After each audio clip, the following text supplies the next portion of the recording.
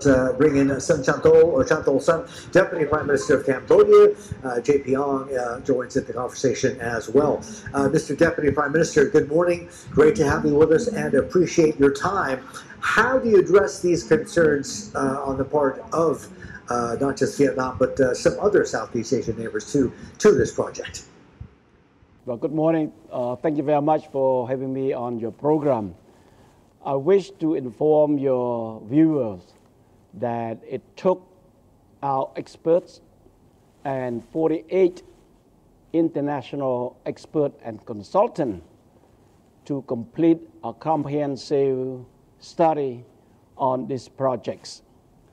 Now, when we mention that the length of this project is 180 kilometers, it does not mean we will dig 180 kilometers of canal.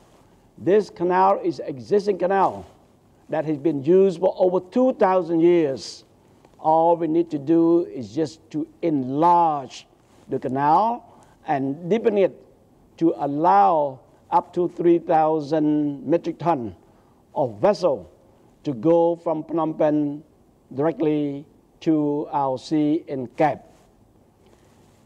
This project will not affect the environment in Cambodia or cross-border environment in Vietnam. We use internationally accepted method, standard, hydrology, hydraulic model, drones, satellite, on-site study to evaluate the environmental assessment impact on this project. And it shows that it will not negatively affect the environment in Cambodia and cross-border, namely in Vietnam. Prime Minister, this is JP Ong. Good to speak to you again. I think one of the big concerns really with regards to the canal is that there's going to be a lot of water diverted from the Mekong River into, as the canal is actually improved or widened. And this could actually affect the water flow into the southern part of Vietnam, where a lot of rice is grown, not just for that country, but for the rest of Southeast Asia. Can you talk to us about how much water will be affected, actually, if the canal is wider or improved, as you were saying, sir? David, is an unfounded allegation or concern. Let me tell you the exact numbers. Today, 8,000 cubic meters per second of daily water flow to the sea from the Mekong River. The canal project will discharge only 3.6 cubic meters per second.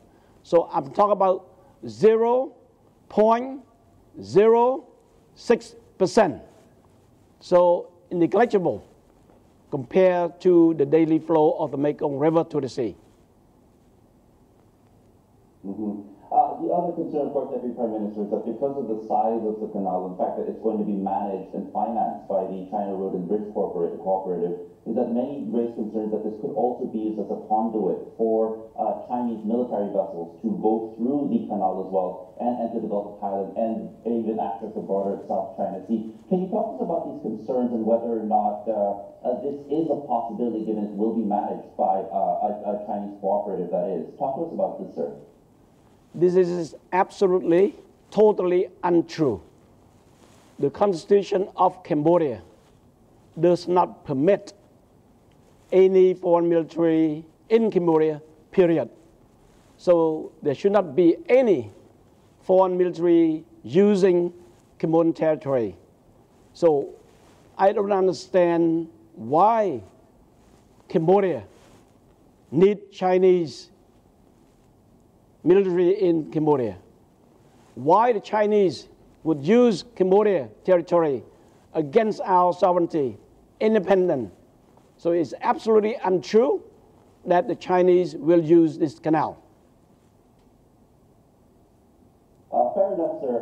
Let's talk about the economic impact now for Cambodia and what it means for Cambodia in terms of helping your economy grow and perhaps even improving some of the logistics. Tell us what you estimate is the potential economic impact or improvement for Cambodia should the canal be operational by 2028? This canal not only benefit Cambodia, but benefit the region and the world. One, for Cambodia, we will improve the irrigation and the flooding in the southern part of Cambodia.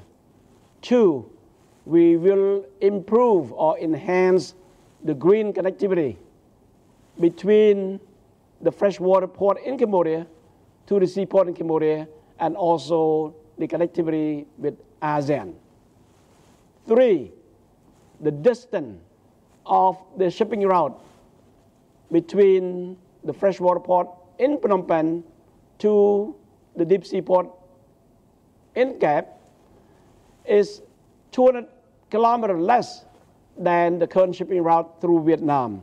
So as such, Cambodia will help reduce the greenhouse gas emission to the environment and also reduce the cost of logistics that will improve the investment in the country. The study indicated that the economic internal rate of return for this project is between 21 and 30%. That is high for any project that generates this kind of return. The livelihood of 1.6 million Cambodians that live along the canal will improve with the better irrigation and supply of freshwater fish.